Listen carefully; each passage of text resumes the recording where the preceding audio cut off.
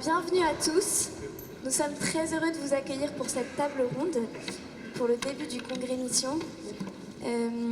Alors merci Pauline de nous avoir fait prier.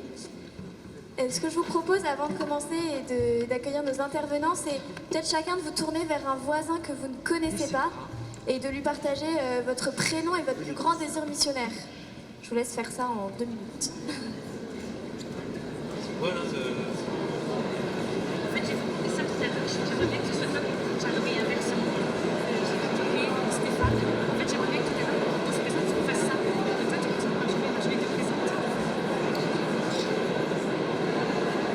Noémie, t'as été brillante, comme d'habitude.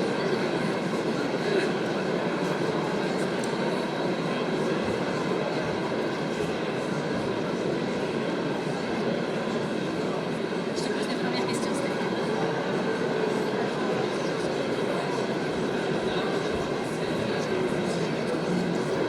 Pardon?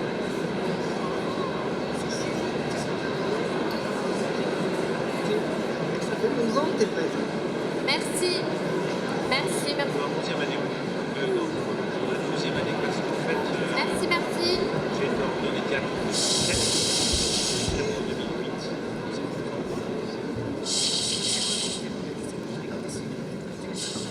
Alors, riche de tous ces beaux désirs missionnaires, je vais laisser Anne-France nous présenter nos intervenants.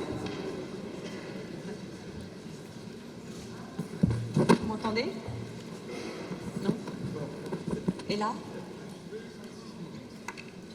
Donc, merci à tous d'être là. Non, vous entendez rien? Enfin, j'ai pas mis sur mute. Merci Noémie. Vous m'entendez ou toujours pas?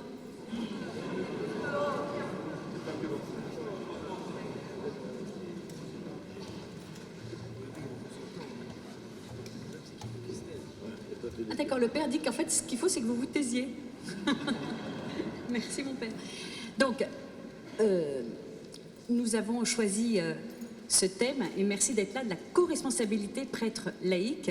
En fait, j'aimerais commencer tout de suite par vous présenter nos intervenants. Et en fait, ce que je propose, c'est que chacun présente son binôme. Donc, Marjorie, est-ce que tu peux nous dire qui est le père Stéphane? Alors, le père Stéphane Pallas et le curé. Faut que tu mettes près de toi. Le père Stéphane Pallas est le curé de Notre-Dame de la Croix de Ménilmontant dans le 20e arrondissement de Paris.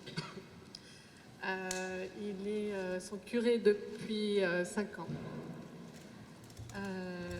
Il a un cœur de feu et transforme peu à peu notre paroisse. Nous travaillons ensemble depuis 4 ans.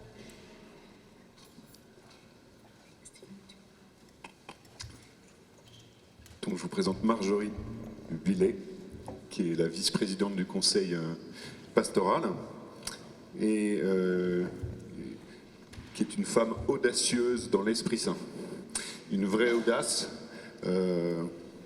qui la pousse même parfois à aller pousser la porte de l'évêque pour lui dire Monseigneur, on a des initiatives, des idées et voilà, peut-être aussi quelques petits dans l'amour et dans la charité, quelques petits correctifs à apporter à des décisions que vous prenez, ou en tout cas vous prenez la liberté de vous présenter d'autres possibilités, d'autres horizons. Voilà, donc une femme audacieuse dans l'Esprit Saint et qui m'a avoué un jour qu'avant que je n'arrive, elle attendait que le Seigneur donne un pasteur qui voulait opérer cette transformation pastorale sur la paroisse.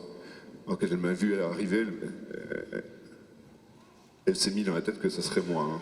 Bon, l'histoire le dira. Mais en tout cas, on essaye un peu ensemble. Merci Père Stéphane. Et toi Chaland, est-ce que tu peux nous dire qui est ton voisin de gauche? Alors, j'ai l'honneur de vous présenter le père Hugues Janson, curé de la paroisse Saint-Nizier à Lyon depuis 7 ans. 45 ans, 11 ans de sacerdoce. Alors, si je devais présenter mon curé, je dirais mon curé est grand. Parce que même quand je me mets debout, mais moi je suis petit, j'arrive à peu près à sa taille, vous voyez. Donc il est grand, il est grand par la taille, mais aussi par le cœur. Voilà, c'est un pasteur qui est aussi un frère pour moi. Et puis, il est grand par la vision, parce que pour lui, il regarde jamais assez loin à son goût. Et il a un ardent désir, je pense que les cœurs qui ne connaissent pas Dieu le connaissent. Il a un ardent désir du salut des âmes, le Père Hugues Janson. Merci. Je présente Charles-Henri Deslois. Charles-Henri n'est pas prêtre, il est donc marié avec Loïcia. Ils ont 2 enfants, Anaïs et Gaëtan.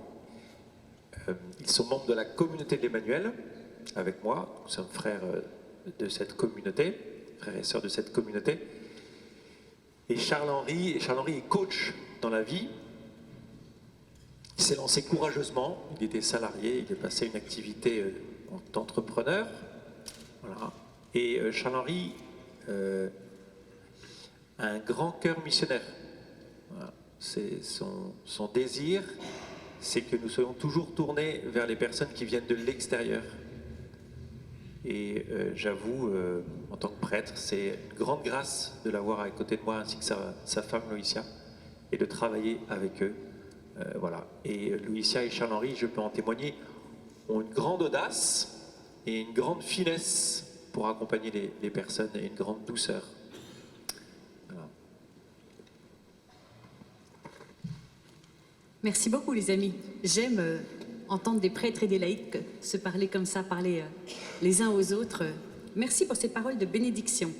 Donc moi je me présente toute seule puisque je suis venue toute seule. Donc je m'appelle Anne-France de Boissière et je suis responsable de la formation chez Alpha. Et en fait j'ai voulu cette table ronde parce que j'ai vraiment à cœur cette co-responsabilité prêtre laïque qui me paraît l'élément essentiel de la transformation missionnaire de nos paroisses. Donc je vais commencer par une question à nos... D'abord, je voudrais aussi remercier particulièrement nos chers pères, mais également Charles-Henri qui est coach comme moi, donc je me sens moins seule dans le côté coaching, et Marjorie qui est femme comme moi. Donc j'avais une question à vous poser à tous les deux. En fait, c'est quoi exactement la co-responsabilité prêtre laïque? C'est-à-dire, est-ce qu'on vire les prêtres pour donner le pouvoir aux laïcs, Marjorie? Alors absolument pas. Pour moi, la co-responsabilité, c'est un rééquilibrage des forces. C'est-à-dire que chacun prend sa part, la part qui lui revient, et le rééquilibrage des forces, c'est surtout pas un rapport de force. Sinon, cette coopération serait complètement faussée. Merci beaucoup, Marjorie. Et toi, qu'est-ce que tu dirais, Charles-Henri? Tu vires le père Hugues pour prendre le pouvoir? J'ai jamais eu cette tentation. Pour moi, vraiment, la co-responsabilité, c'est qu'on porte ensemble la mission. Voilà. Avant de parler de la manière dont elle va s'ordonner, nous portons une mission commune qui est basée sur une vision commune et ça crée un élan qui nous donne envie de coopérer. Pour moi, c'est ça la co-responsabilité. Merci, Charles-Henri. Alors cette fois, je voudrais m'adresser au père. En fait, c'est vous qui l'avez porté dans votre cœur, en tout cas qui l'avez souhaité. Est-ce que tu peux nous dire pourquoi, Stéphane, tu as voulu cette co-responsabilité prêtre laïque dans ta paroisse? Alors moi, je resituerais bien la question à l'intérieur de ce qu'on vit. Hein. Parce que le congrès mission, si je ne m'abuse, n'est pas d'abord l'initiative de prêtres. Ce qu'on est en train de vivre ici pendant ces 3 jours, en fait, ce sont des laïcs touchés très profondément par la vie dans l'Esprit Saint, conscients de la grâce de leur baptême, et cette conscience, ils l'ont acquise, ils l'ont reçue parce que des parents leur ont transmis la foi, parce que des prêtres aussi leur ont fait vivre de la grâce des sacrements, etc. Donc il y a quelque chose de leur propre grâce de baptisé qui a pu aller jusqu'au bout et qui va jusqu'au bout parce que le sacerdoce a rempli son rôle en leur donnant la possibilité de découvrir leur propre sacerdoce baptismal. Mais je pense que c'est intéressant de voir que, effectivement, c'est quand même très beau de voir que ce congrès mission, il naît de cœur de laïcs. Et on voit bien, en le vivant, qu'a priori, on n'est pas dans un conflit de pouvoir, mais dans la joie de voir qu'en fait, des baptisés, prêtres ou laïcs, veulent aller jusqu'au bout de la mission que le Seigneur a mis à déposer dans leur cœur, dans leur conscience et dans leur liberté. Moi, comme prêtre, dans tout mon parcours, j'ai eu vraiment la chance d'accompagner beaucoup de laïcs qui avaient pris des initiatives et qui me demandaient comme prêtre de les accompagner, mais tout n'avait pas jailli, ni de mon petit cerveau, ni de petit cerveau d'autres prêtres. Voilà, on était là ensemble. Mais les initiatives, elles pouvaient fuser. Je pense que j'ai été pendant 7 ans aumônier d'Abba, dans un très beau groupe de prière à Paris. Ben voilà, il y a quelque chose qui était très beau. Alors, toutes les initiatives ne viennent pas forcément des laïcs. J'ai accompagné un groupe Even pendant 7 ans aussi. C'était un prêtre qui a eu cette idée. Mais pour permettre aux baptisés d'aller, de voir la grâce qu'ils avaient reçue et d'en vivre. Donc, dans mon expérience de prêtre, voilà, il y a une espèce de... Enfin, le Seigneur a pétri la conscience que la mission n'était pas la prérogative du clergé contre les laïcs, ou en face des laïcs, ou des laïcs. Voilà, il y a quelque chose qui se joue en commun. Donc, ayant vécu ça dans mon expérience de chrétien et ensuite de prêtre, il m'a semblé naturel d'essayer de le mettre en place dans la paroisse, en accompagnant ce qui existait déjà, et puis en essayant de susciter la conscience de cette co-responsabilité de manière encore un peu plus aiguë. Voilà, je ne sais pas si ça répond un peu à la question, mais peut-être que ça la prend d'un peu plus haut, simplement par rapport à la réalité pastorale de Notre-Dame de la Croix de Ménilmontant, mais ça donne... Enfin, je pense que c'est important de voir d'où ça jaillit ou d'où ça jaillit dans un cœur de prêtre. Merci Stéphane. Et toi, Hugues, pourquoi cette co-responsabilité ?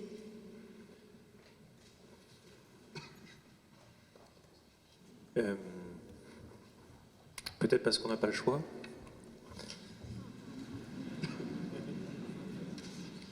Mais en fait, il faut bien comprendre ce que c'est qu'une co-responsabilité. Par rapport à quoi ? Je me dis, moi prêtre, quand j'arrive comme curé dans une paroisse, tous les prêtres, je pense, travaillent avec des laïcs. Aujourd'hui, toute paroisse fonctionne avec des laïcs. La responsable cathée, comme on dit, en général, c'est une laïque.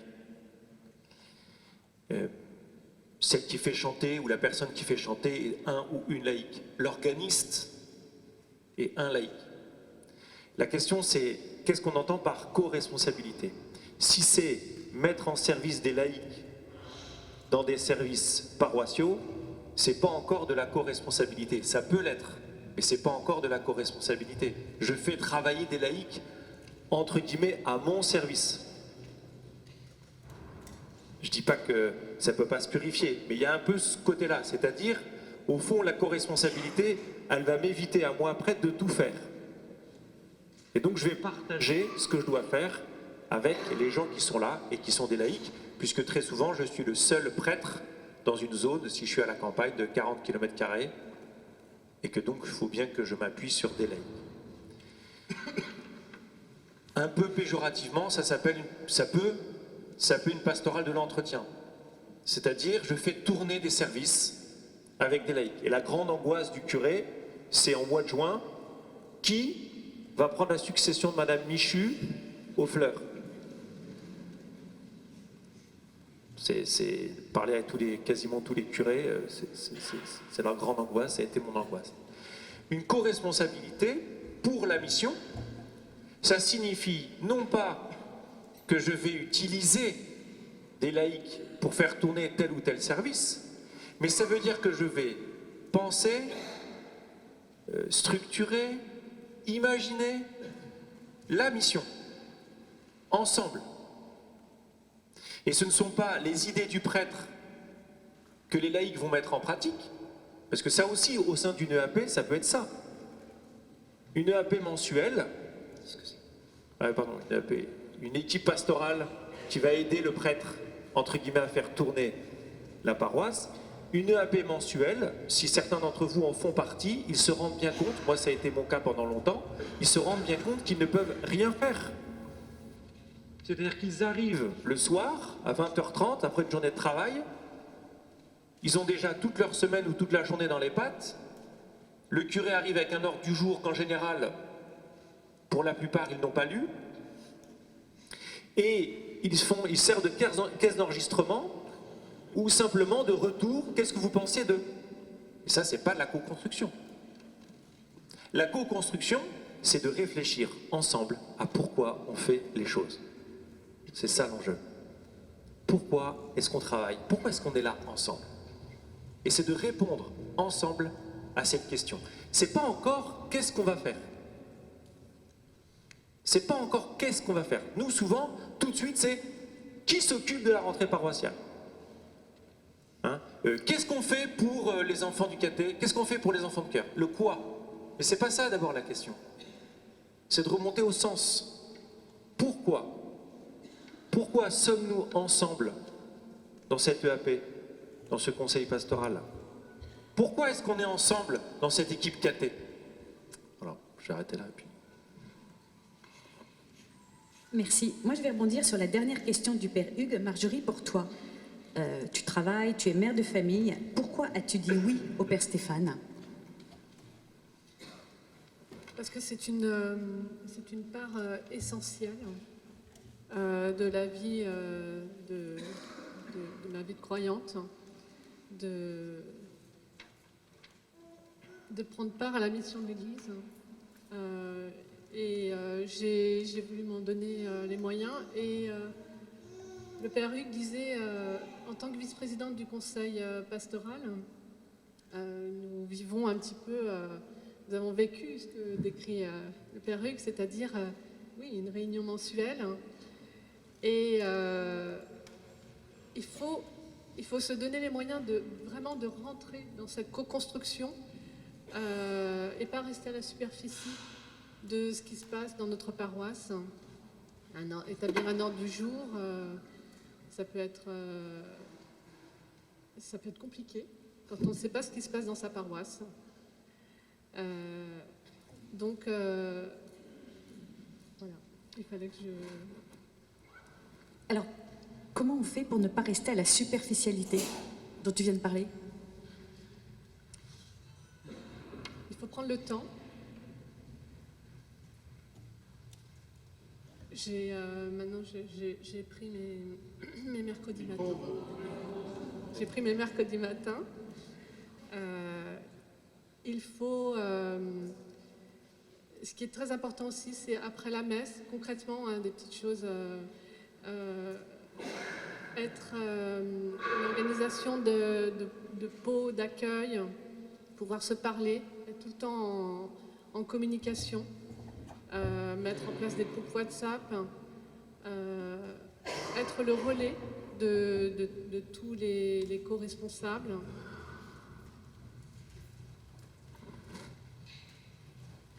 Alors, avant de donner la parole à Charles-Henri, j'ai envie de te poser une question. Quand je t'entends, Marjorie, j'ai envie de te demander comment tu fais pour éviter le burn-out. Quand j'entends que tu crées des groupes WhatsApp, que tu es à la messe, que tu prends ton mercredi matin en plus de tout ce que tu fais, comment te protèges-tu et comment te protège ton curé?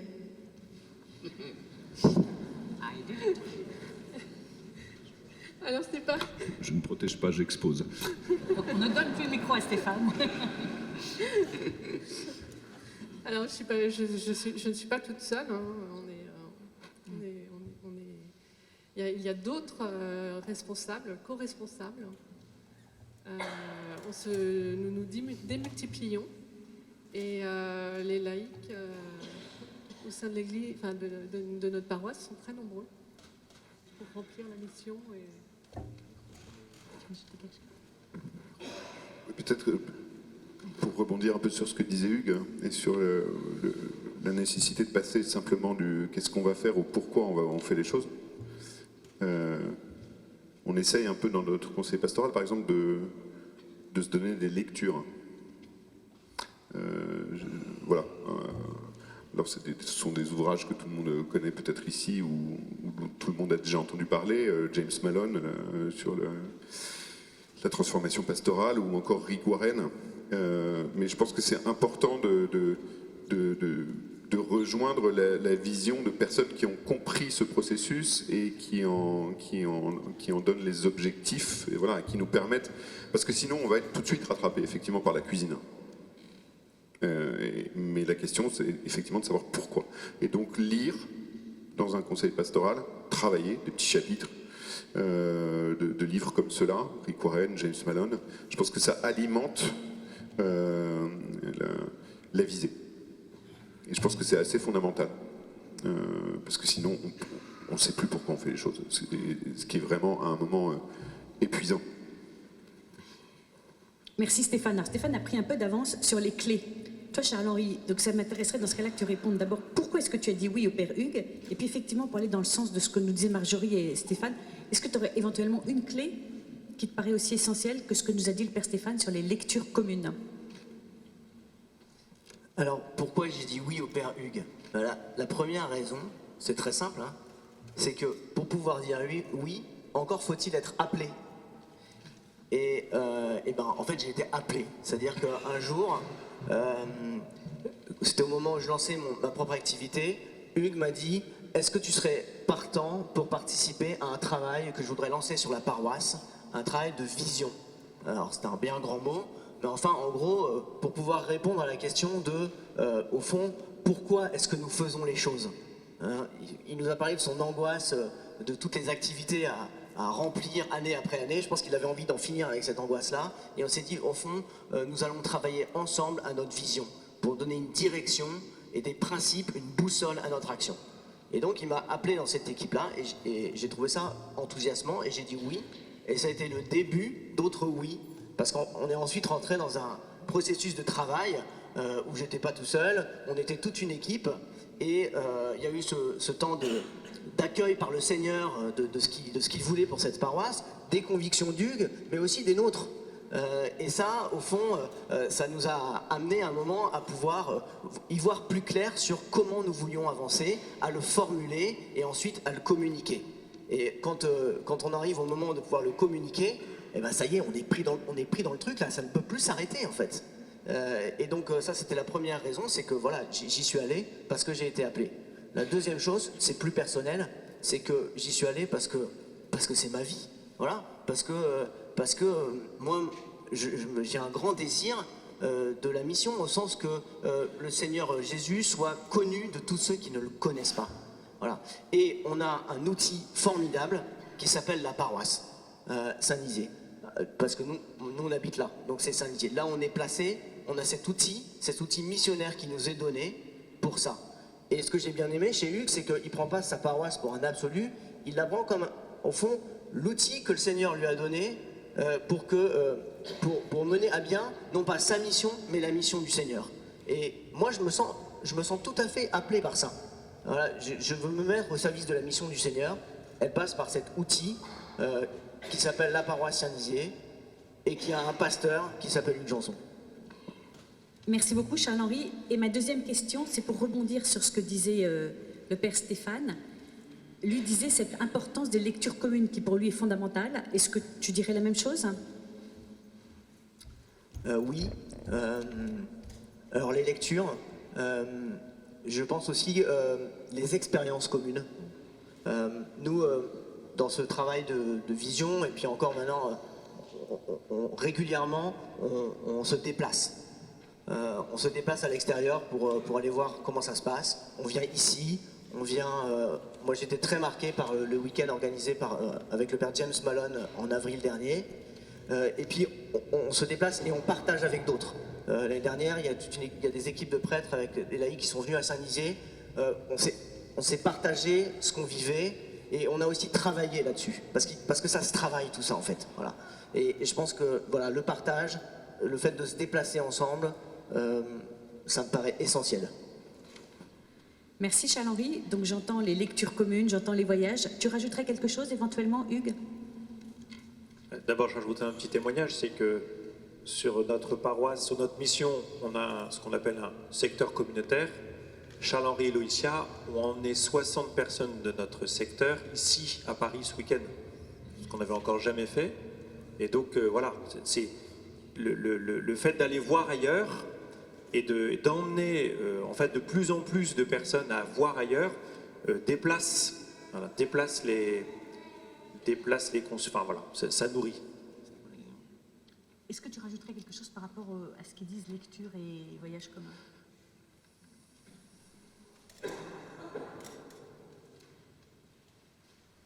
Non, enfin, comme ça, je sais pas. En tout cas, les lectures, nous, on a lu un peu ce que dit Stéphane, on a lu en équipe des passages, notamment de Rick Warren. En fait, au-delà de la sauce ou des petites recettes qu'il va vous donner, c'est surtout que ça stimule la réflexion de manière extraordinaire, surtout quand vous le lisez à 5, 6, 7, 8. En fait, tout le monde est comme transcendé, je sais pas comment dire, tout le monde est comme stimulé pour penser, pour mettre en pratique, pour réfléchir, etc. Merci beaucoup, Hugues. Alors, je ne m'attendais pas à ce que vous parliez autant de James Malone et Rick Warren. Je voulais juste vous dire que si vous voulez acheter ces livres, vous pouvez aller sur le stand Alpha et vous pouvez même faire des voyages à Halifax et à Saddleback. Non, mais je ne m'attendais pas à ce que vous le disiez, donc j'en profite. Tout à l'heure, Charles-Henri parlait de la question. Il disait encore pour dire oui, il faut avoir été appelé. Une des raisons pour lesquelles on a eu envie de te proposer cette table ronde, Stéphane, c'est que plusieurs laïcs de ta paroisse nous ont dit que tu as une façon d'appeler qu'ils qualifient de prophétique. Parce que tu pars, un peu ce que vient d'exprimer Charles-Henri, tu pars toujours c'est toujours tentant d'aller chercher la dame cathée qui nous manque en juin, et toi tu as plutôt une démarche d'aller demander aux gens quels sont tes charismes, comment veux-tu servir? Est-ce que tu es d'accord avec cette analyse qu'on a faite de ta façon d'appeler? Dans l'absolu et dans un monde idéal, oui. Dans le réel, ça se passe pas toujours comme ça, parce que moi je ne suis pas encore arrivé au stade d'Hugues où la question angoissée de qui va faire le caté l'année prochaine ou qui va voilà, est résolue. Hein. Cette question n'est pas résolue chez moi, enfin dans la paroisse Notre-Dame de la Croix, et donc malheureusement je fonctionne encore avec des réflexes où il faut boucher les trous parce qu'il y a des trous, quoi. D'accord ? Parce que les enfants du caté sont là et que il me manque des laïcs pour faire le caté, tout simplement. Donc, parfois, j'ai la possibilité de pouvoir appeler en cherchant d'abord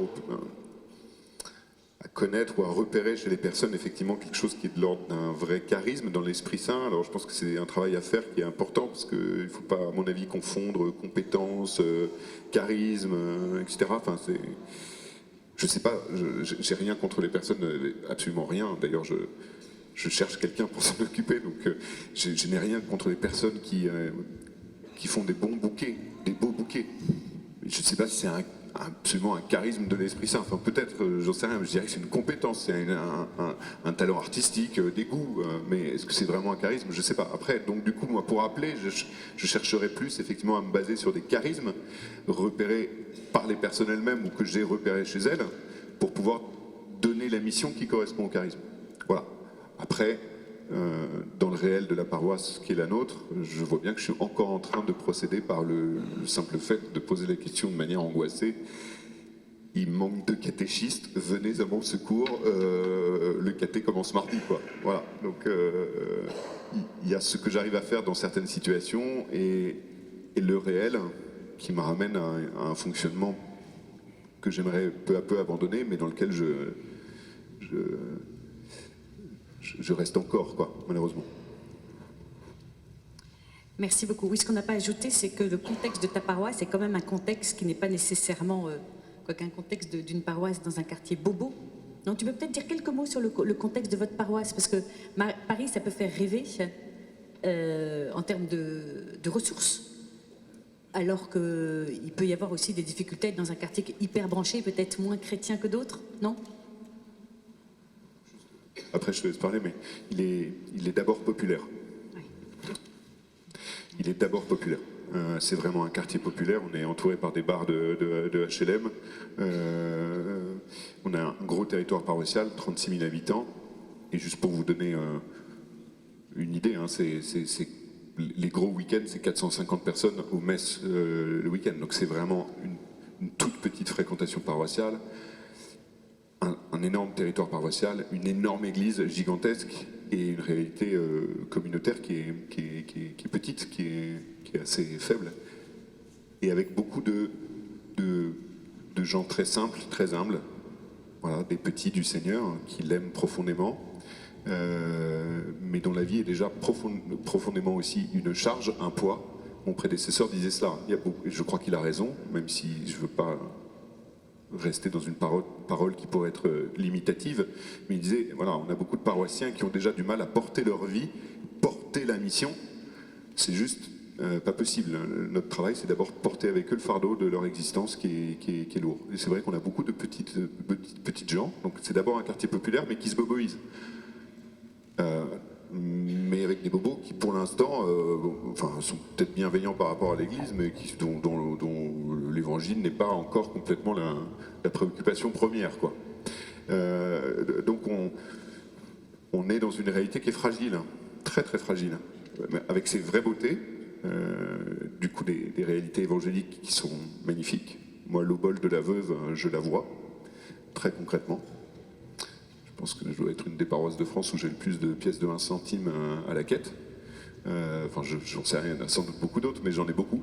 Et pourtant, chez ceux qui les donnent, chez ceux qui les donnent, c'est vraiment une offrande importante, parce qu'ils ne peuvent pas plus, parce que la vie est compliquée.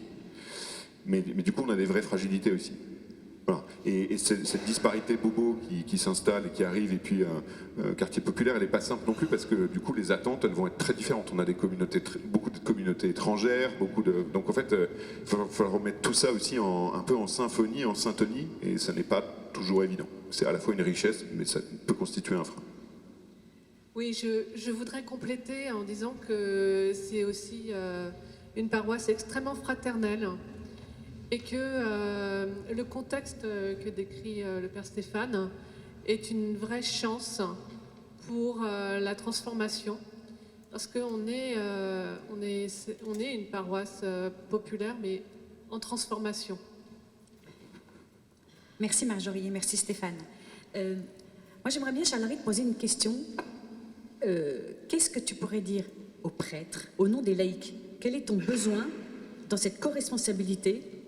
Et pour être franche, quelles pourraient être éventuellement tes souffrances et les difficultés sur lesquelles tu aimerais avertir ou amener les prêtres à une certaine vigilance?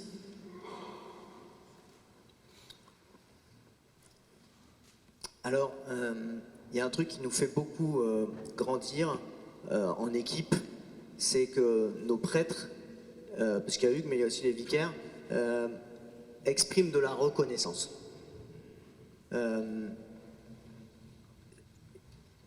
Hugues, c'était pas son truc naturel avant. Ben non, c'est vrai, je te laisserai parler après.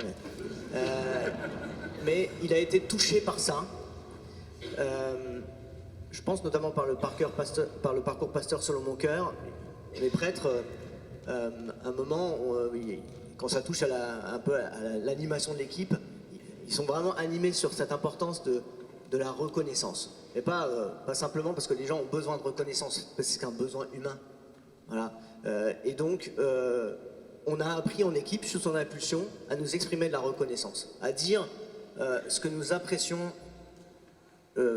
chez les uns, chez les autres de manière inconditionnelle, et aussi de manière conditionnelle. C'est-à-dire, quand quelqu'un a fait quelque chose de chouette, un projet qu'il a mené, dans lequel il s'est donné, eh bien, vous pouvez être sûr qu'aujourd'hui, eh bien, on aura toujours un petit mot sympa du curé ou des prêtres pour avancer. C'est extrêmement motivant. Donc, dans ce point de vue-là, je dirais, c'est pas parce qu'on sert le Seigneur qu'on n'a pas besoin de se reconnaître et de reconnaître ce que les autres font ou sont, et qu'il faut se le dire. Voilà. Et donc, voilà, chers prêtres, moi, je pense que si vous exprimez de la reconnaissance à ceux qui coopèrent, qui collaborent et qui coopèrent avec vous, eh bien, vous en verrez des fruits. Voilà, ça c'est la première chose. La deuxième chose, c'est dans le même ordre d'idée, c'est c'est d'avoir des espaces pour se connaître. Ce qui fait que finalement ça marche, ça commence à apporter du fruit dans cette paroisse Saint-Lizé aussi, c'est qu'on a des heures de vol ensemble. Et si on a des heures de vol ensemble aussi, c'est parce que on a créé des espaces dans lesquels on peut vraiment prendre le temps de coopérer, on peut se parler, on peut se dire les choses aussi. Et donc moi ce que j'apprécie c'est que Hugues recherche ça. On peut tout lui dire et il peut tout nous dire. Voilà, ça c'est vraiment un point qui me paraît vraiment important. Alors après dans les souffrances, j'avoue que c'est pas si facile pour moi de répondre à cette question, dans le sens où mon cœur ne me fait pas beaucoup souffrir. Parce que voilà, je l'ai vu évoluer. Vous voyez ce qui me faisait souffrir un peu peut-être, par exemple, l'année dernière, on a fait la rentrée paroissiale et au fond, on était 100, 150 pour une journée pour relancer l'année. Il a parlé de A à Z. 2 heures de discussion, d'écoute du curé, quoi, vraiment. Ça m'a gonflé. Parce que ça traduisait pas du tout, je veux dire, l'effort collectif, la responsabilisation qu'il avait mis en place sur l'ensemble des services pastoraux qui sont tous portés par des laïcs. Et là, c'était sa vision. Alors c'était super parce qu'en fait c'est un homme de feu, donc en même temps il partageait ses convictions, c'était beau, mais en même temps on s'est dit, puis à la fin on a prié pour les prêtres. Enfin je veux dire, c'est quoi, c'était une journée assez cléricale, quoi. Ça peut me faire souffrir. Cette année, on a refait le même exercice. Mais à la place, à l'introduction, déjà il a parlé 10 minutes au lieu de 2 heures, et puis ensuite chacun est venu au fond présenter son pan de la vision.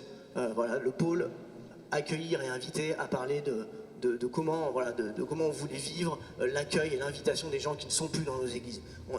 Ceux qui s'occupent plutôt de la partie du dimanche, de la messe, ont pu vraiment donner des objectifs par rapport à la messe, etc. Et puis ensuite, on s'est mis en atelier qui était animé par chacun des laïcs, etc. Enfin, ça n'avait rien à voir, quoi. Puis à la fin, on n'a pas seulement prié pour les prêtres, on a prié ensemble pour ce qu'on porte ensemble. Donc voilà. Tous ces petits relents cléricaux, parfois ça me fait souffrir. Je vous le cache pas, mais j'en souffre de moins en moins. Merci Charles-Henri. J'aimerais bien, Hugues, que tu rebondisses sur ces 2 thématiques, sur les signes de reconnaissance et sur la correction fraternelle. Je vais commencer peut-être par un petit témoignage. Cette semaine, j'ai une personne laïque, une mère de famille, avec qui je travaille dans l'EAP, donc l'équipe pastorale là, et qui m'appelle la semaine dernière, ou qui m'envoie un message et qui me dit, on avait vécu un événement le samedi matin dernier, et qui me dit, Hugues, j'aimerais bien faire un point avec toi suite à cet événement. Donc on s'est vu pendant 1 heure, et elle m'a corrigé, avec bienveillance, mais elle m'a corrigé. C'est-à-dire qu'elle m'a expliqué, en mode communication non violente, ce qui l'avait dérangé dans mon intervention, et dans ce que j'avais fait, et comment je m'y étais préparé. Ben ça, c'est extraordinaire. Ça, c'est extraordinaire, parce qu'en fait, ça veut dire qu'elle se sentait suffisamment libre et à l'aise pour faire cet exercice, et que moi, je peux vous témoigner que ce genre de retour me fait grandir plus. C'est-à-dire que ce n'est pas le retour du paroissien énervé à la fin de la messe qui vous balance tout son ressentiment suite à la messe, suite à l'homélie, suite à ceci, suite à cela, mais c'est quelqu'un, d'ailleurs ça pourrait être un prêtre en laïc, en fait on s'en fout, mais c'est quelqu'un qui vient vous voir, qui vous dit effectivement ce qui a pu la froisser, la déranger, et qui en fait cherche par son retour à vous faire grandir. Et ben moi, à la fin, je me suis dit, waouh, j'ai de la chance. J'ai une chance extraordinaire, je me suis fait corriger. Alors c'est sûr qu'il faut accepter de se laisser corriger. Enfin, ça c'est sûr, c'est-à-dire qu'il faut accepter que les autres puissent vous dire quelque chose un retour négatif sur ce que vous avez pu faire et qui puisse vous le dire en mode pour vous faire grandir, etc. Mais il faut l'accepter. Ça s'apprend. Moi, j'ai appris. C'est-à-dire que j'ai appris à dépasser mes émotions quand quelqu'un me faisait un retour négatif, à pas vouloir les crabouiller tout de suite. Ce qui est... mais voilà, on est ce qu'on est. Hein, et donc j'ai appris à dominer, à dépasser ces émotions pour entendre ce qui m'était dit. Et parce que ce qui m'était dit, peut-être que parfois c'était maladroitement dit, mais en attendant, comme dit le pape, vous avez une très belle intervention du pape François au retour de Madagascar, on n'a retenu que la partie sur le schisme. Regardez la partie avant sur la critique. Il dit, toute critique me pousse à une autocritique. Et bien, si vous êtes capable de faire ça, vous allez grandir. Toute critique me pousse à une autocritique. Et donc je reviens sur les signes de reconnaissance. Simplement, nous, on s'entraîne. En fait, moi, je m'entraîne à donner des signes de reconnaissance. Donc je me suis mis un reminder tous les jours. J'essaye de faire un retour positif. Je peux faire un retour négatif, mais je ne le fais pas comme ça, en tout cas pas tous les jours. Un retour positif à une personne. C'est-à-dire tous les jours, je me dis, c'est un petit SMS, hein, c'est tout simple. Quel retour je peux faire à quelle personne? Alors je ne le fais pas tous les jours systématiquement, mais j'y pense. Je me dis, tiens, là, il s'est passé quelque chose, tiens, si j'envoyais un SMS pour simplement. Et puis l'autre chose que je fais, que nous faisons, c'est qu'à chaque fois que j'ai une réunion de ce que, encore une fois, j'appelle l'EAP, peut-être qu'un jour je vous expliquerai comment on fonctionne, mais en gros, on fonctionne toutes les semaines, j'aime beaucoup ce que les coachs appellent des inclusions. En fait, bien souvent dans nos réunions, on cherche tout de suite l'efficacité. On veut tout de suite épuiser tout l'ordre du jour et on ne prend pas le temps de s'inclure, de s'accueillir les uns les autres avant une réunion. Et la prière ne suffit pas. Et il y a une question toute simple d'inclusion qui est comment est-ce que vous arrivez?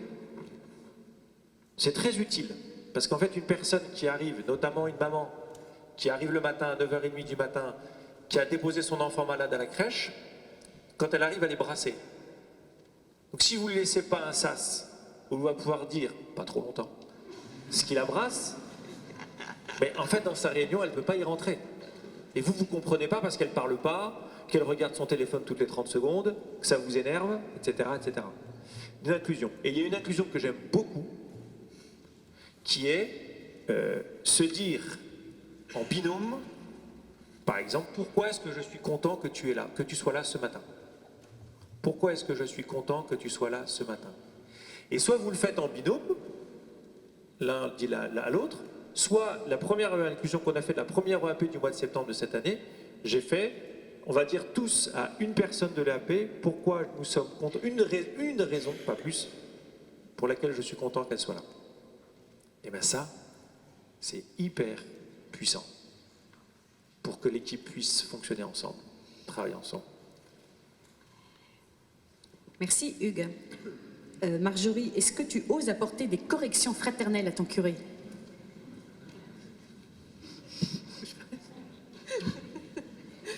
Je crois pouvoir répondre oui. Et pour moi, le premier dans la Bible, la première personne qui a été celle qui a su dire, qui a su critiquer, c'était le beau-père de Moïse, Jéthro, qui a dit à Moïse « Mais tu t'y prends mal, tu vas t'épuiser à la tâche ». Et on a institué une petite réunion restreinte autour de notre curé, avec le vice-président du conseil économique, pour une écoute, des avis fraternels, des retours, pour mieux s'organiser, pour rompre l'isolement, rééquilibrer les forces. Et cette petite équipe, nous l'avons appelée Jéthro, justement. Vous réunissez tous les combien? Nous nous réunissons tous les... Jéthro. Jéthro, c'est toutes les semaines. D'accord. Toutes les semaines. Et j'en parlais justement avec Joseph, donc le vice-président du conseil économique, qui me disait, on a exactement la même impression tous les deux, c'est de ne plus être à la superficie de ce que vit la paroisse. On est dedans maintenant. Et donc, on se sent vraiment investi dans notre mission, chacun de vice-président et de l'appel que tu nous as confié. Merci beaucoup, Marjorie. Effectivement, quand Marjorie m'a parlé de ce que vous faisiez avec Gétro, je trouvais que ça faisait partie des témoignages que j'avais envie que vous donniez. Mais ce que j'entends, Stéphane, c'est qu'une fois par semaine, tu cours le risque de te faire corriger par tes laïcs. Enfin, je me laisse pas toujours faire non plus. Hein. Confiance. Non, mais c'est-à-dire que- On n'avait pas du tout le sujet. Non, mais ça peut fonctionner dans les deux sens, attention. Dis donc,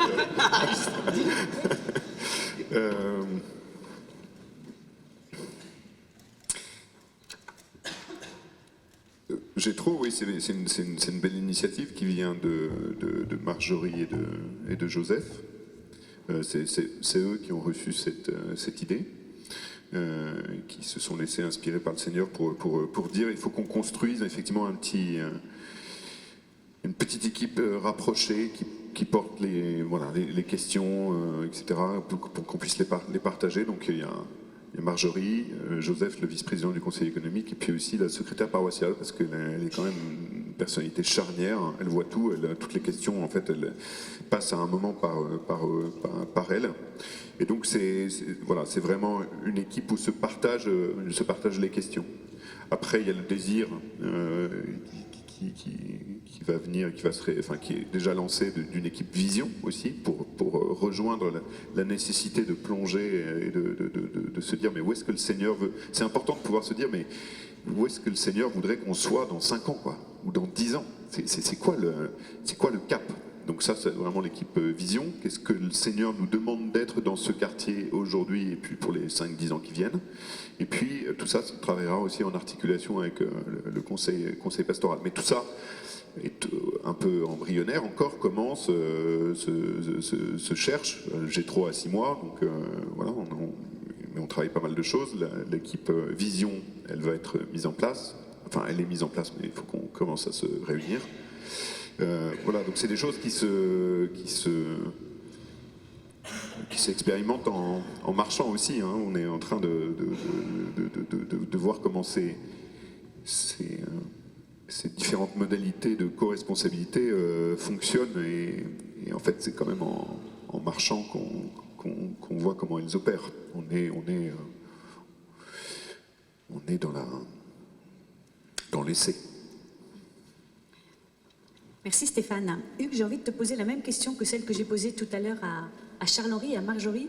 Si tu avais un conseil à donner aux laïcs, pour que de leur côté à eux, pour que cette co-responsabilité fonctionne, soit féconde, et que tu nous dises aussi potentiellement un mot de ce qui pourrait être pour toi un lieu de souffrance ou de blessure de la part des laïcs, qu'est-ce que tu dirais?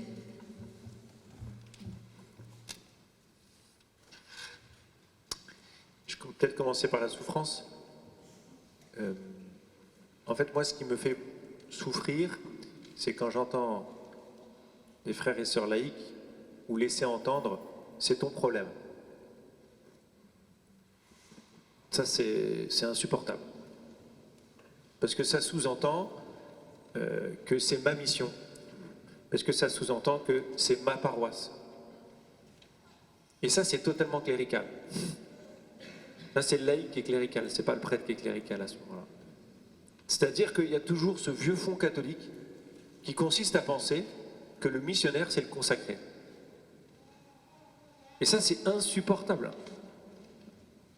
Parce que si on continue, enfin, si on pense comme ça, ben on est mort. Simplement parce qu'il y a de moins en moins de consacrés déjà. C'est-à-dire que vous, laïcs, ça peut-être même mon attente, mais vous, laïcs, vous devez comprendre, conscientiser que les missionnaires, c'est vous. Et la mission ne se délègue pas ou ne se délègue plus. Pendant longtemps, vous avez, et nous avons accepté, de déléguer, vous avez délégué la mission aux prêtres. Et les prêtres ont accepté. On dit OK. Et on a envoyé dans le monde entier des prêtres et des consacrés. C'était les missionnaires. Les missionnaires, c'était des religieux, des religieuses. J'accuse personne, hein, c'est pas mon propos, mais ce que je veux dire par là, c'est que, et ça c'est de la collaboration prêtre-laïque, c'est de prendre conscience que nous sommes tous dans le même bateau, que nous avons tous la même mission. La question après qui peut se poser, c'est qu'est-ce qui est au propre dans cette mission? Qu'est-ce qui nous appartient en propre? En fonction de notre appel, en fonction de ce que demande l'évêque, en fonction de ce que demande le curé, ou je ne sais quoi. C'est quoi le propre? Mais au fond, moi, c'est ça que j'attends des laïcs, c'est qu'ils me disent, ou qu'ils me renvoient, ou je ne sais pas, c'est en fait, on est ensemble. On est ensemble. Et si, je reviens à mon angoisse, à ma névrose, si en juin, je leur dis, j'ai pas de responsable cathé, bah, qu'ils me disent pas, c'est ton problème. Vous voyez? Mais qu'ils me disent, bah, quelle solution, ou quelle personne à qui tu peux penser, est-ce qu'on va travailler ensemble pour trouver un responsable ad hoc, etc., etc., etc. Ça, voilà, c'est essentiel. Peut-être qu'on y reviendra, mais j'aimerais juste dire ceci. N'oubliez jamais qu'une paroisse, ce n'est pas une structure, c'est une mission. C'est une mission locale. Une paroisse, c'est une mission locale. Voilà. Merci Hugues. Donc Stéphane et Marjorie nous ont partagé cette initiative de Gétro, que je trouve une de leurs belles initiatives. Est-ce que vous pourriez nous dire un petit mot, ou tout simplement nous raconter peut-être le fonctionnement de votre EAP, quelque chose dont vous trouveriez que c'est modélisant de cette co-responsabilité prêtre laïque dont vous parlez? Charles-Henri?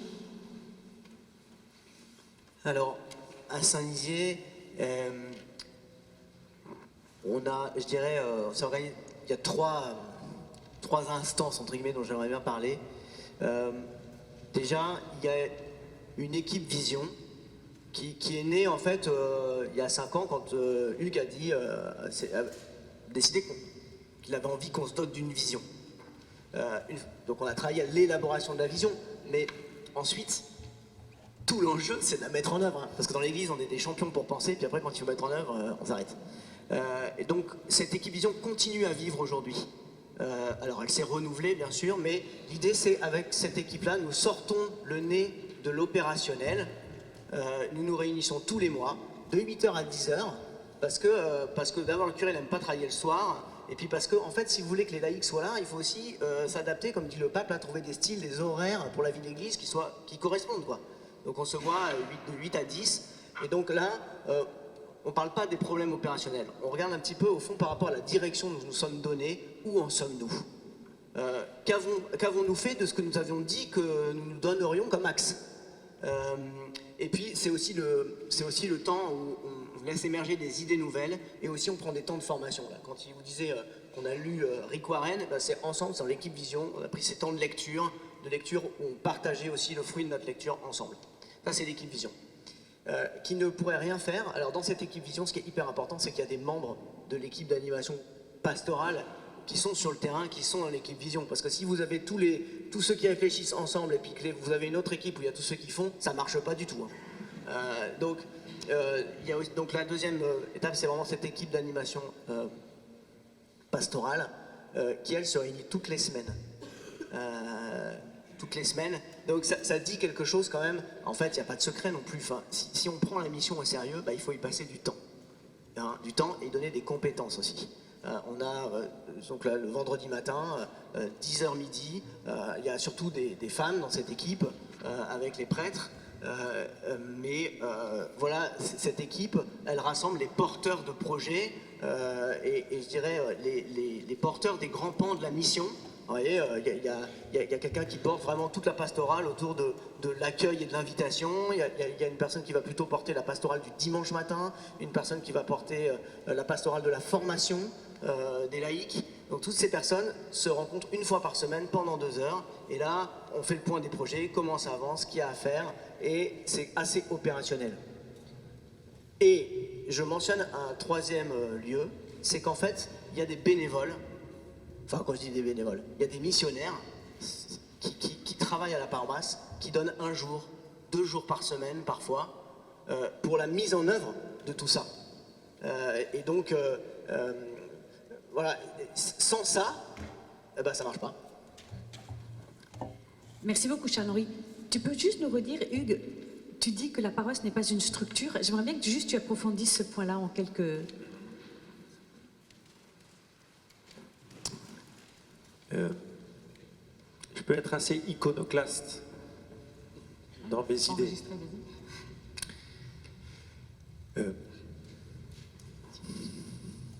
Je pense qu'il faut arrêter de penser selon le 19e siècle. Un curé, un clocher, des paroissiens pratiquants. Nous devons prendre conscience que nous sommes dans un monde qui est totalement païen. Et toute notre structure missionnaire, elle est issue du 19e. Et au fond, on a cette vieille nostalgie du 19e. C'est qu'on est toujours en train de vouloir refaire ce qu'on a connu. Mais même dans nos propos, quand on dit le pauvre prêtre, il a 50 clochers. Et qu'est-ce qu'on s'en fout qu'il ait 50 clochers? Mais si effectivement le gars veut remplacer 50 prêtres qui célébraient 50 messes, ah ben là il peut se faire du souci, ouais. Mais c'est pas ça le but. Enfin plutôt, c'est pas ça le moyen. Puisqu'aujourd'hui, le monde est païen. Donc dans les villages, mes parents sont dans un village d'Auvergne, un bourg, ça s'appelle Artonne. Il y a une collégiale du XIIe siècle qui est très jolie, je vous invite à aller visiter. Je pense que depuis, cette ville a été visitée par Saint Martin de Tours, donc ville gallo-romaine. Donc il y a des chrétiens attestés depuis l'an 300, 350, 400, je ne sais plus combien. Et bien depuis 1700 ans, chers amis, il n'y a quasiment plus de pratiquants. C'est un fait. Ça ne sert à rien de pleurer. Nous, ce qu'on doit regarder, c'est devant. C'est comment je vais évangéliser ces villages, comment je vais évangéliser ces populations. Et nous devons réfléchir de manière totalement neuve. Mais totalement neuve. Et c'est pour ça que cette collaboration prêtre-laïque, elle est si essentielle. Parce que si vous considérez que le curé, il vient et qu'il doit faire tourner une structure qui nous vient du 19e et qui n'a jamais changé, et que ce modèle-là périclite depuis 50 ans, bah, qu'est-ce qui va changer? Rien. Comme on dit, hein, le dernier enterrera l'avant-dernier. Mais c'est vrai. En fait, c'est vrai, ça. Si on ne change pas, si on ne change pas notre modèle de pensée, si on ne réfléchit pas à neuf, en disant, bon, allez, on arrête. Vous faites tabula rasa, on enlève tout. On enlève tout, on enlève les prêtres, on enlève tout, qu'est-ce qu'on fait? On n'a plus de chrétiens. J'ai 5 prêtres, qu'est-ce que je fais avec 5 prêtres? J'ai 50 frères et sœurs chrétiens, qu'est-ce que je fais avec eux? Où est-ce que je les mets? Comment je les structure? Et ça, à mon avis, c'est essentiel. Donc quand je dis la paroisse c'est une mission, en fait, ce que je veux dire, c'est quoi? C'est qu'au fond, si moi je suis curé, on me dit, Hugues, tu vas être curé de tel lieu. Bon, super. Ben, je vais partir et je vais me dire comment je vais monter une mission avec les chrétiens du lieu. Et je ne vais pas me dire, est-ce qu'il y a une messe à célébrer à Pétaouchnok parce que tu comprends, il y a ceci, il y a cela et qu'on ne va pas enlever la messe, quoi. Mais non. Je ne dis pas qu'il ne faut pas le faire. Vous voyez? Je dis simplement, ayons cette liberté de réfléchir à neuf. Et je pense qu'une façon de réfléchir à neuf, c'est d'oublier le mot paroisse. Oublions le mot paroisse, utilisons à la place le mot mission. Et bien moi je suis sûr que ce simple changement de nom, déjà, il me semble, peut ouvrir des perspectives, et notamment de collaboration prêtre-laïque.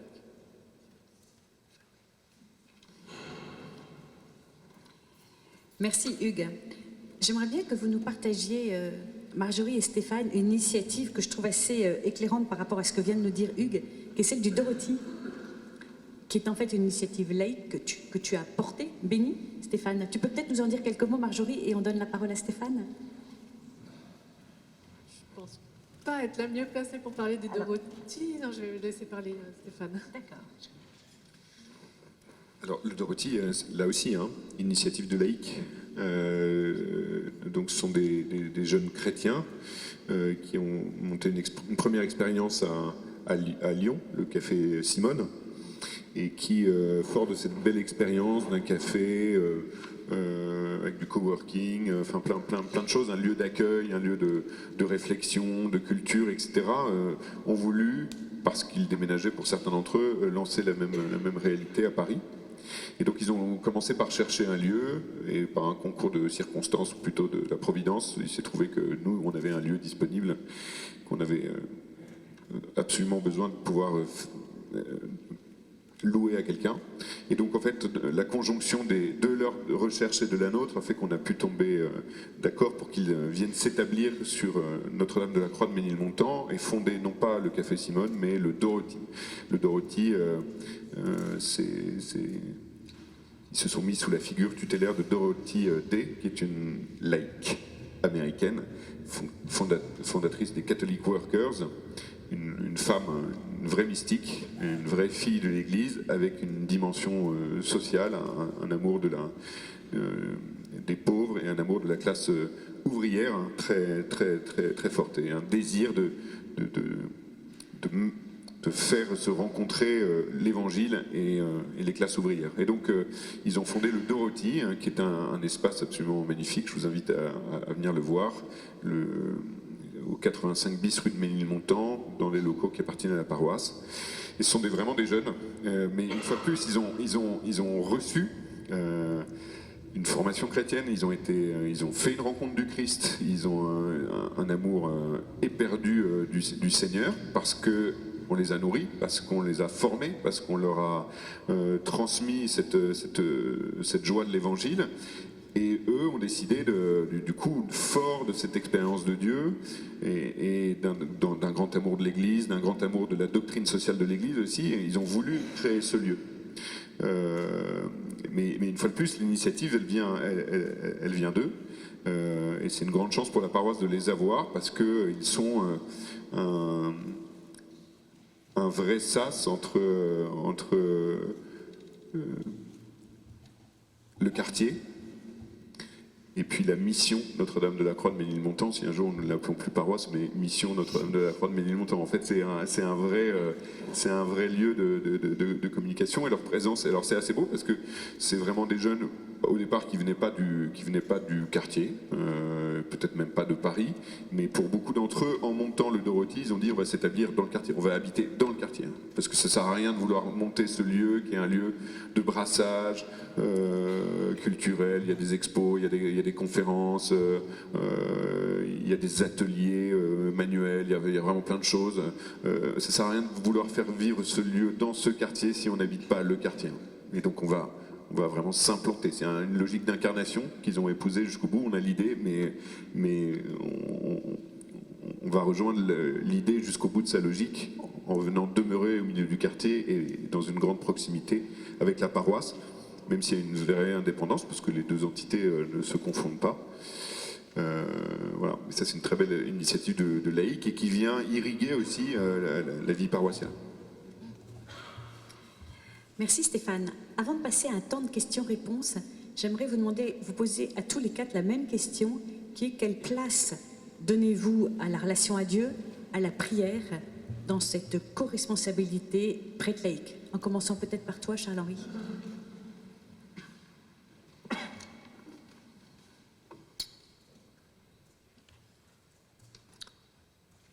Alors,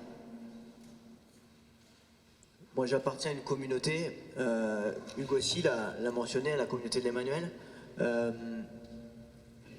laquelle on prend un engagement de prière de plusieurs ordres, à la louange et aussi à la oraison. Et donc, notre désir, on l'a dit explicitement, c'est que dans notre paroisse, dans notre vision, c'est que chacun puisse devenir disciple missionnaire dans les grâces de l'Emmanuel. Et dans les grâces de l'Emmanuel, pour nous, il y a cet enracinement dans la prière.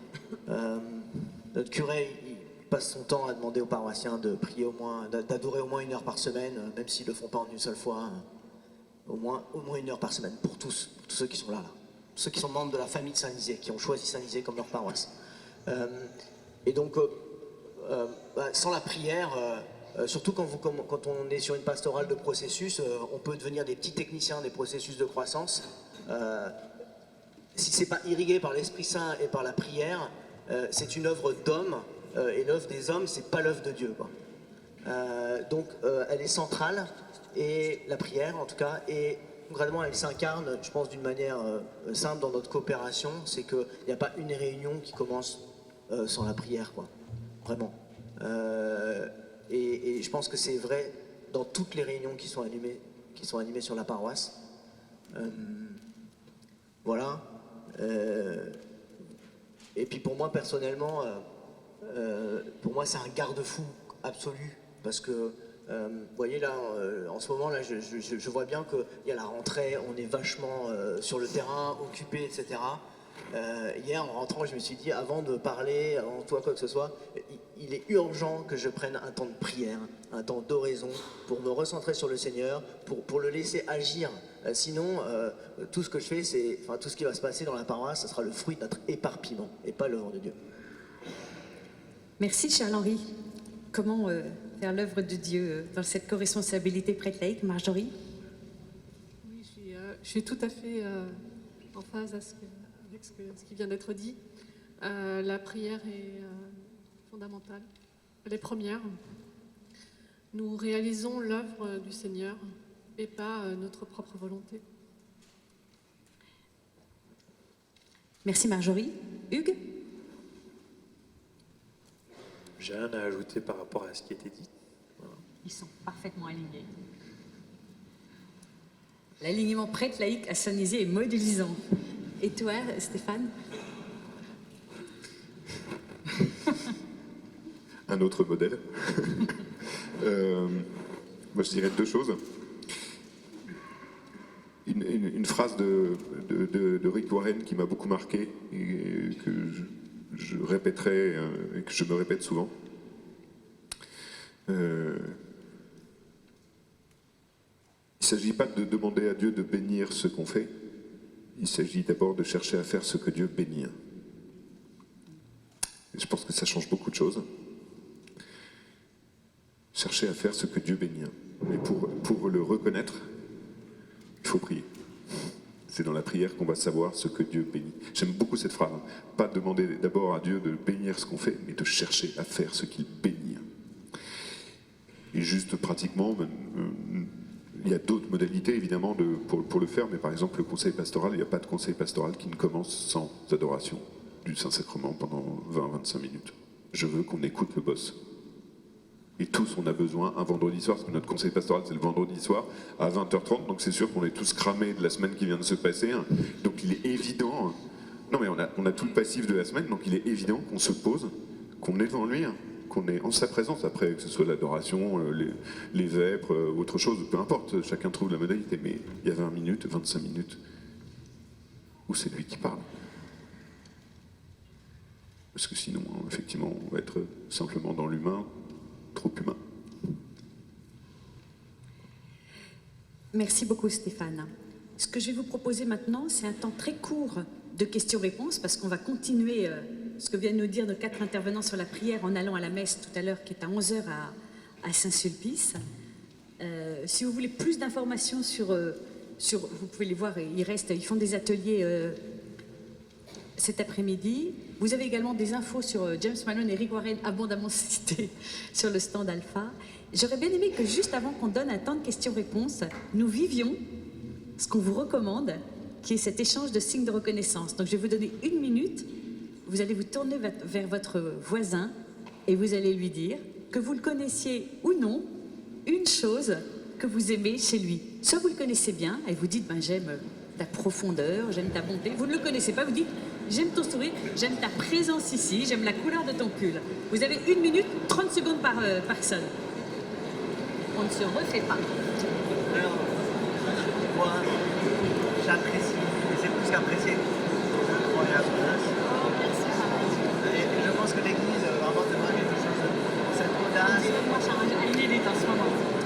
Non, mais voilà, cette initiative que tu prends, et puis aussi, ça c'est pour l'audace, mais aussi dans les rapports humains. Nous allons cette table ronde avec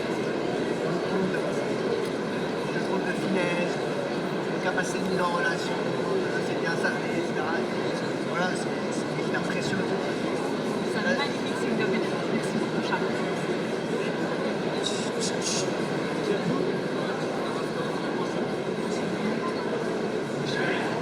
Ça peut marcher. Oui. La Maria. Vous levez la main, les amis.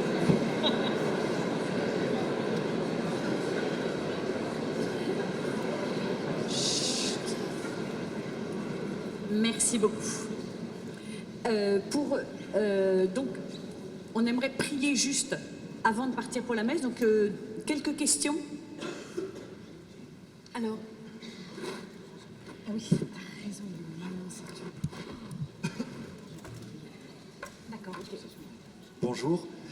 Je voulais revenir sur la phrase qui tue, c'est ton problème. Nous sommes tous plus ou moins concernés par la co-responsabilité. Si nous sommes venus ce week-end, c'est qu'on est touché par ça et on comprend bien le sens pour toucher ceux qui ne sont pas encore dans nos paroisses, dans notre mission.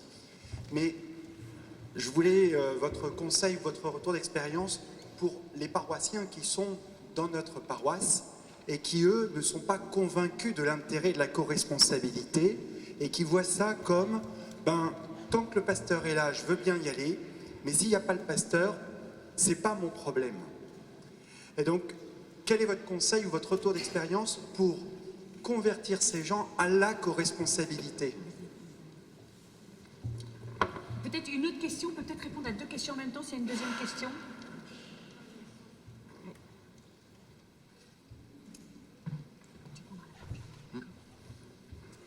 Bonjour.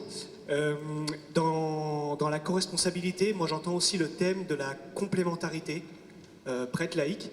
On a parlé un petit peu du danger du cléricalisme. Il y a aussi, je crois, le danger du laïcalisme, si je peux m'exprimer comme ça. Peut-être est-ce que vous pouvez revenir sur ce thème et développer quelle est la juste place du prêtre et la juste place du laïc dans la responsabilité d'une paroisse. Merci. Génial, merci. Et peut-être la question de Stanislas.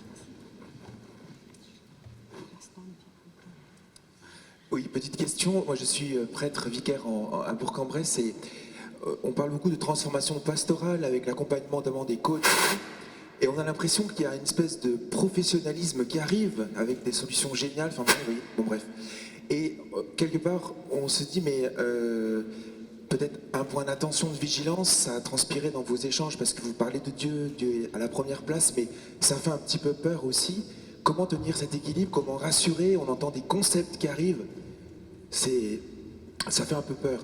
Mais je précise qu'on est accompagné par un coach de Talentéo qui est sur la table, autour de la table, donc ça va. Mais une petite précision quand même. Alors, je voudrais peut-être répondre à la première question sur, au fond, pour ceux qui ne sont pas convaincus, au fond, de cette co-responsabilité, comment on fait.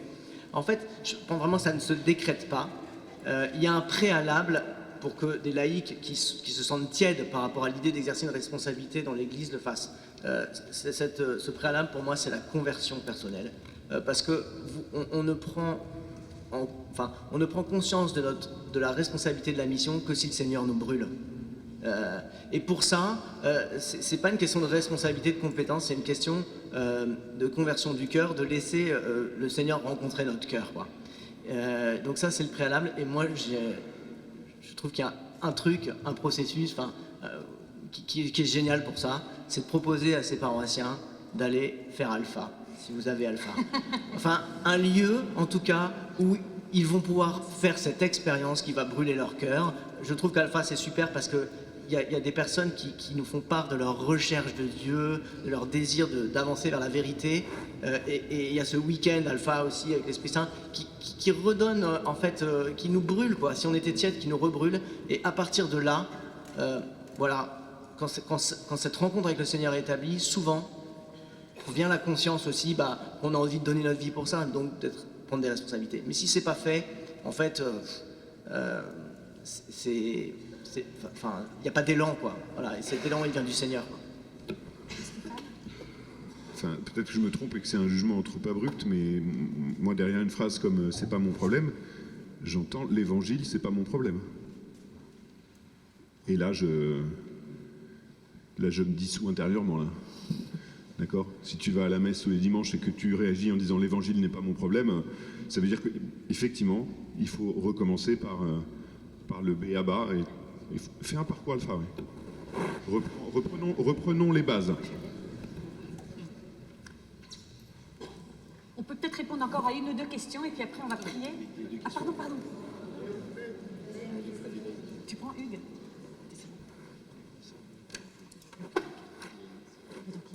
Donc la laïcisation et la cléricalisation, ou la cléricalisation des laïcs et la laïcisation des prêtres, je vais répondre un peu comme a fait Charles-Henri par un préalable.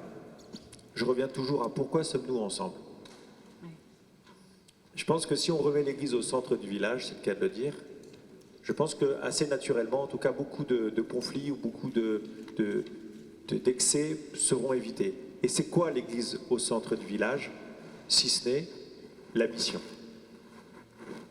Mais pas la mission d'abord au sens de je dois catéchiser les enfants, je ne dis pas qu'il ne faut pas le faire, encore une fois, mais la mission au sens de comment est-ce que je parle aux personnes qui ne sont pas encore dans l'Église. Moi, ce que nous appelons l'option préférentielle pour les perdus. Il y a l'option préférentielle pour les pauvres, ça c'est dans la doctrine sociale, le pauvre de notre monde. Et bien sûr qu'il y a des pauvretés matérielles énormes, mais une vraie pauvreté, c'est quand même l'athéisme, quoi. Enfin, le rejet de Dieu, enfin, vous mettez ce que vous voulez derrière. Et il me semble que toute notre pastorale doit être finalisée, dirigée, conduite, stimulée par la recherche de la brebis perdue. Et ça met je peux vous dire, ça met l'Église au centre-ville du village et ça met à peu près tout le monde d'accord. Après, en fonction des personnes, en fonction des tempéraments, en fonction, évidemment, il peut y avoir des dérapages, etc., etc. Mais moi, je répondrai d'abord là-dessus. Enfin, je ne sais pas si ça répond vraiment à la question. Moi, ma question, c'était vraiment sur la complémentarité, la place du prêtre, la place du laïc. Comment vous gérez ça dans votre paroisse? C'est pas la même place, en fait. C'est pas la même place, oui. C'est pas la même place, Hugues? Moi, je dirais que la place du prêtre, elle est d'abord au service. On est là pour nourrir votre sacerdoce, le sacerdoce des baptisés. C'est-à-dire qu'on est au service des baptisés pour qu'ils puissent être ces consacrés envoyés dans le monde par Jésus. Notre boulot, c'est de ça, quoi. On est là pour nourrir l'autorité spirituelle que Jésus vous donne pour être le sel de la terre et la lumière du monde, au milieu du monde, et pourquoi pas aussi au service de la paroisse, mais d'abord là, dans cette mission qui est la vôtre. Nous, c'est notre taf. Le ministère ordonné est ordonné au ministère des laïcs. Désordonné. Tu veux rajouter? Non, c'est bon? Est-ce que ça répond à votre question? Oui. Merci.